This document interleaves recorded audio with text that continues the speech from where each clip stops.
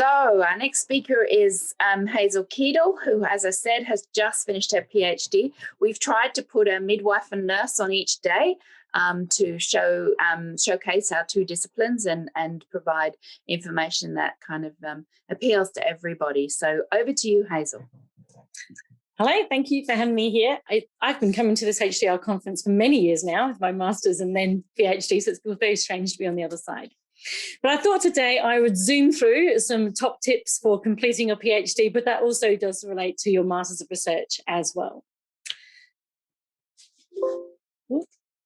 Here we go. I've got a whole list of them here, but I've got a slide for each one, so I won't spend too long on here. But there are 10 top tips, and you'll be able to, I can forward the actual slides, so if any of them take your fancy, you can print them off and have them as an inspirational comment up in your office. So the first one I want to talk about is using the analogy, which you've probably heard of, which is about placing the important pebbles in the jar first. So you can see on these two examples, they, in the first one, you've got all the sand at the bottom, and then you've got the smaller pebbles, and then you've got the larger pebbles at the top, and it doesn't fit in. And this is meant to be an analogy of your life. But in the second jar, if you put the pebbles in first, the bigger pebbles, then you can put the smaller pebbles in, and then you can put the sand in.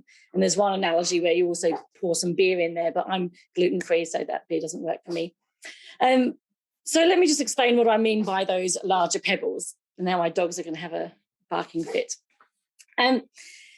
The larger pebbles are meant to be the most important things in your life. And so I've got some of the things here that I'm currently into. Obviously, my family is really important, so they've really got to go in there, and they do take up a lot of your time.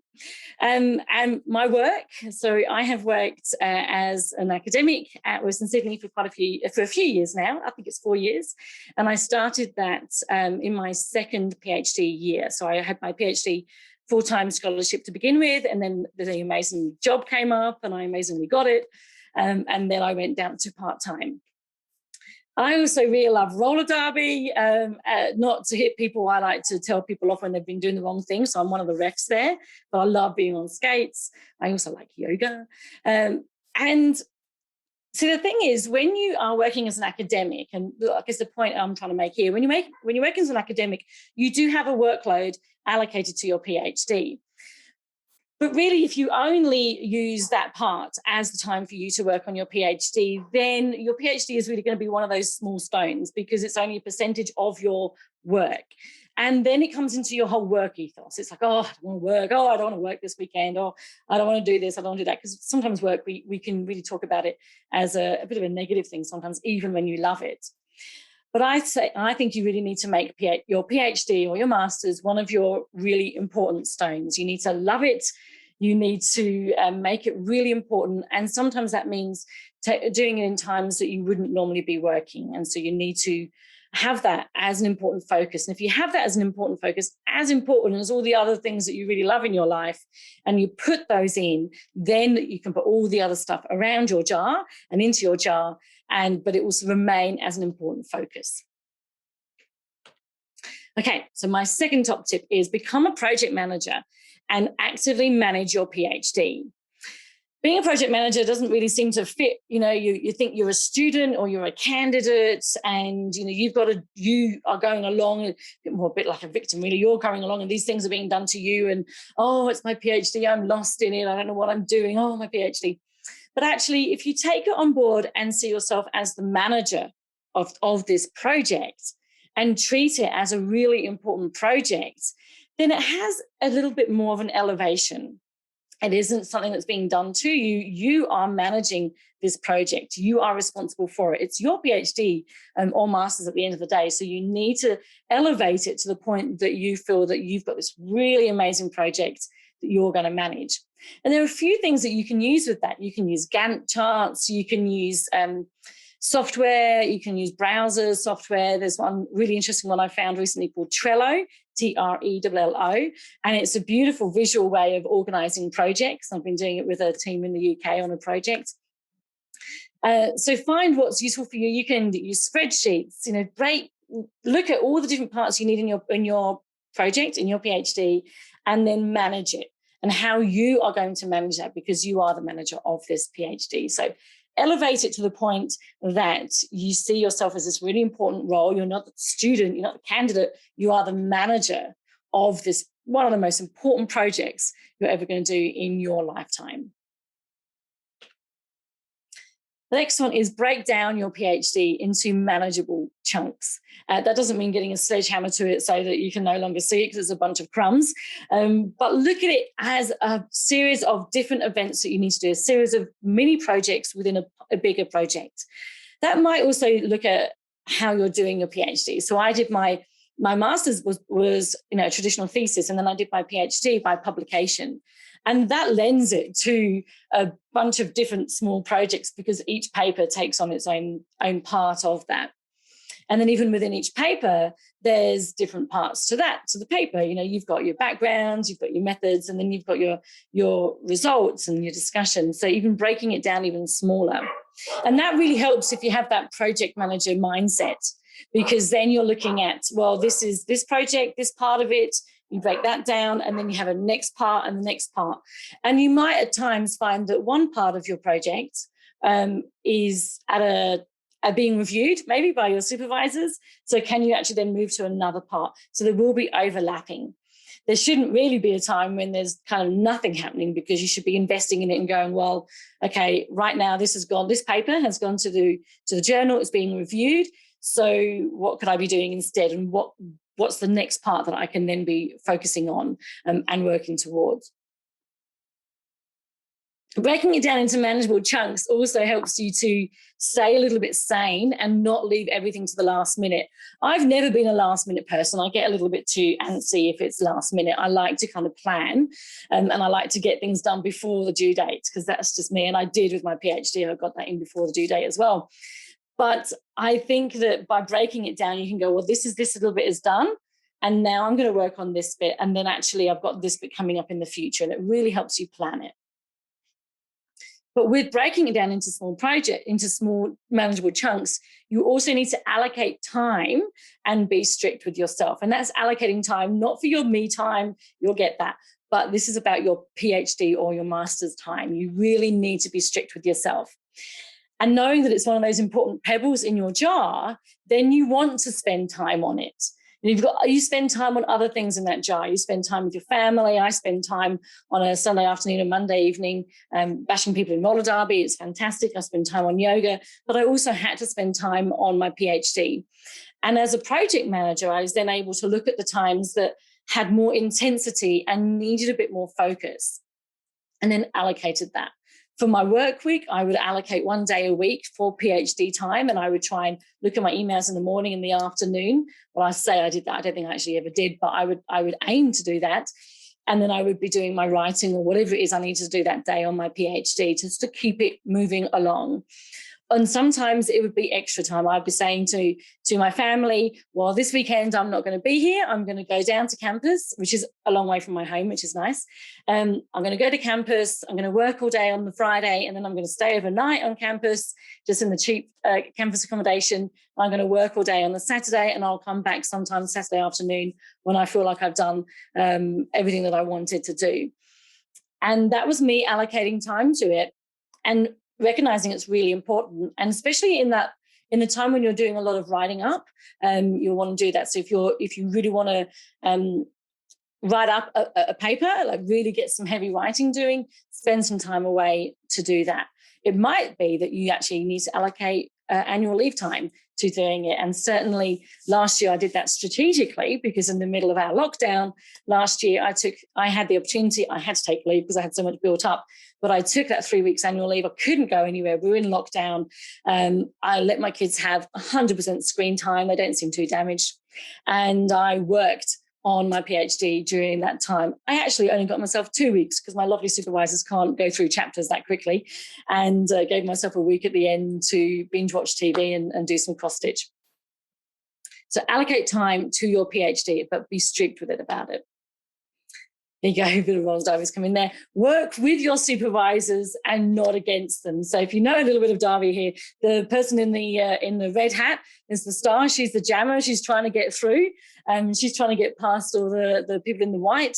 And then the other one in the green is her blocker, and she's brushing those other people out the way in the white so that the jammer can get past and score points. And your supervisors really are there to help you get through and score your points, and they really want your support. So realize that they are part of this team and work alongside them, work to their strengths. Every single one of them will have their strengths, and you might need different ones at different times. I certainly did. I absolutely love my supervisors who've become my colleagues and friends. But they all did have their strengths. I won't go into that now because they might be listening. But there would be certain times when I would go to different supervisors and say, could you just help me with this, or could you help me with that? And work to their strengths, but also realize that they are your biggest advocates, and they are rooting for you. They really want you to come through, and they will bash people out the way so that you can come through, just figuratively, of course. So work with them. Remember that they have their strengths, and that you probably chose at least one or two of them. So they're there because you want them to be there, and work with them. If they say, I need some time to look at something, then be respectful of that, but realize that they are there on your team.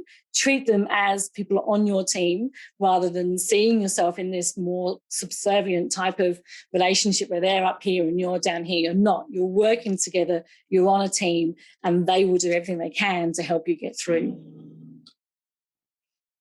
Be brave and learn new skills. This PhD or master's, this is a training, and this is a training for you to become the amazing researcher that you are going to be.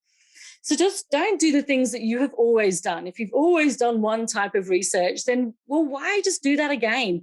Learn something new.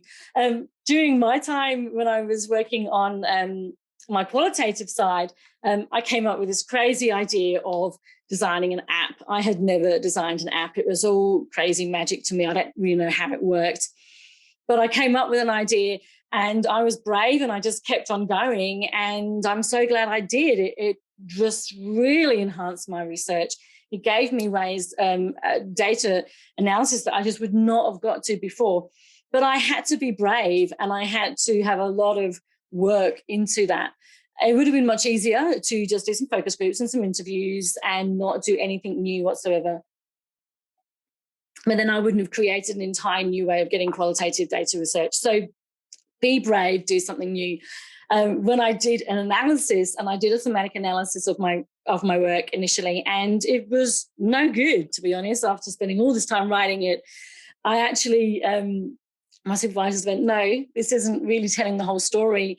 And I actually got quite excited, because that meant, well, I can learn a new way of doing this. I can learn a new way of analysing qualitative data. And I did. I learned all about narrative analysis, and I did a deep dive into it, and I got really excited, because we need to learn these things. I had some statistical analysis I needed to do, so I learned how to do that. And maths by no way is my strong point. So I just did lots and lots of courses that you can do on YouTube, on LinkedIn, to learn about statistical analysis, how to use SPSS. And I can happily say I did all my own statistical analysis and just got it checked by our epidemiologist that came onto the paper. But I was brave, and I did it, and I learned it, and I'm just really glad that I did, because at the end of your PhD, not only do you want to have this amazing PhD with the research you've done, but you also want to look back and go, gosh, I learned all these new skills along the way. But you have to be brave to do it. Then you need to get your research out there. And this is something that Hannah talks a lot about. And, if you haven't heard her speak about this, then get along to one of her presentations on this, because it's really important. You are laying your future in getting involved with social media and looking at who you are doing your research for as well. So my research was for women, and it was about women's experiences. So therefore I needed to have a way to get my research back to women and to become a bit of a face for women who are planning a vaginal birth after cesarean. So that's what I did. That's who I reached out to on social media. And that's who I interact with. And I still do on a weekly basis get women contact me through my VBAC researcher page on Facebook, asking questions about VBAC, wanting some information about research, as do midwives. But look at who your target audience is and interact with them and make that an important part of it. Because if people know your research, so especially if you're doing it by publication, if people know about your publications as they come out, by the time you finish your PhD, you're not then just entering the field as a new early career researcher. You are already well known. And I think this really spoke to me when I got asked to be a keynote speaker at the National ACM conference. And I was in my last year of my PhD. I hadn't finished at that point. And that was really amazing, because then that meant that my work had been getting out there and my research was making an impact. And then I was being asked to come and speak about it. So get yourself out there. It's really important. And again, that might be part of being brave and learning new skills if you've always tried to avoid social media. Be prepared for the emotional roller coaster, especially when you make it a really important pebble in your jar, because that means there's going to be times when you feel a little bit devastated. I think probably one of my biggest times of being devastated was when on Christmas Eve, I got a rejection letter from a journal that had been desecrating one of my papers to bits, and then they dumped me on Christmas Eve, and it's never fun to be dumped on Christmas Eve. And to be fair, I didn't reach out to my supervisors because I just thought it's their Christmas Eve. Like, I'm not really reaching out to them, but I really took on that emotional baggage. It was really hard work. But then, I bounced back quite quickly. So by the next day, which happened to be Christmas Day, I ignored some of my family and thought, well, you know what, I'm going to work on my PhD. I don't recommend that, honestly, but that was just my way of coping.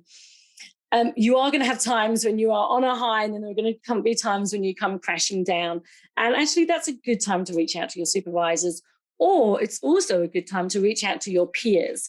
And that's why writing retreats, getting to know people who are also going through the same journey as you, doing their PhD, is really important.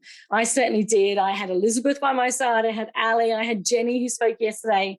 And there would be people that I would turn to at that moment and go, I need some support. And they would give me that support. See outside the square. That's a little bit being brave as well. This is meant to be a messy slide because it is messy. Doing a PhD is messy. Doing research is messy. But see a little bit outside of that. Have a bit of a bird's eye view of what's going on. But then also, if things have always been done the same way, then why would you just do that the same way again? Be a little bit creative with your thinking, and how can you change that? How can you do something a little bit different? And finally, enjoy the journey. I can honestly say with my hand on my heart, I loved doing my research degrees. I loved doing my master's, and I really loved doing my PhD. Even with the emotional roller coasters, the being dumped on Christmas Day, the hearing the really sad stories that I would hear from women who were on my study. But I enjoyed that, and I felt that I had to give a service back to women by doing a really good PhD and by doing really good papers, so that I could tell women's stories and let them be heard. So enjoy it. It's going to be a huge ride. It's going to be a roller coaster ride, but make it an important part of your life, and then enjoy it and have a good relationship with your PhD or master's, because you will get to the end. And as this person on the skateboard is, I'm sure she fell off lots of times and then got up and then just kept on going. Like, you will get to the end. And I can say, as someone who is at the end now, who's finished, it feels amazing. It feels like a real accomplishment. And I'm just excited about, the next projects that are coming my way and that I'm working on now. Whew. So I think I may have done that in time. So I saw Hannah come on the screen, so I sped up a little bit there. Thank you so much, Hazel. As always, enthusiastic and inspiring, but also practical. And the things that I love your pebbles in the jar. It's a wonderful analogy. I love the prioritizing of other things, that you can't ditch your family. You need to look after your health. Absolutely. The thing that separates people who are successful and not in a PhD is organization. The manageable chunks helps us not be overwhelmed. Allocating time and actually holding yourself to it, working with your supervisors and not against them, is such a good tip. That's often the point at where PhDs actually fall apart. I love the being brave. Getting your research out is critical. Being prepared for it is an emotional journey. It is the biggest degree you'll ever do in your life, and it's hard for a reason. Seeing outside the picture and enjoying the journey they're great tips. And thank you so much, Hazel, for that presentation. It's a pleasure. So